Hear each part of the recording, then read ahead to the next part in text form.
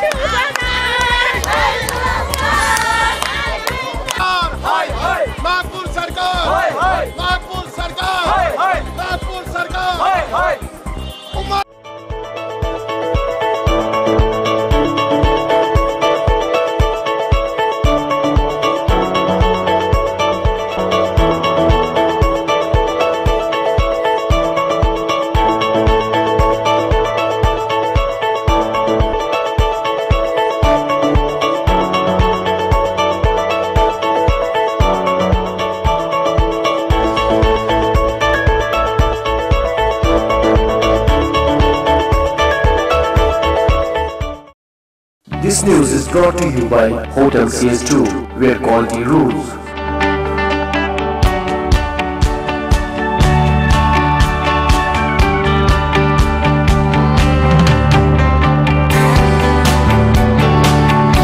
Contact Hotel CS2, Salwar Bagh, Srinagar, Kashmir. Phone number 01942468500 2468 Reservation at Hotel CS2. Log on www.hotelcs2.com.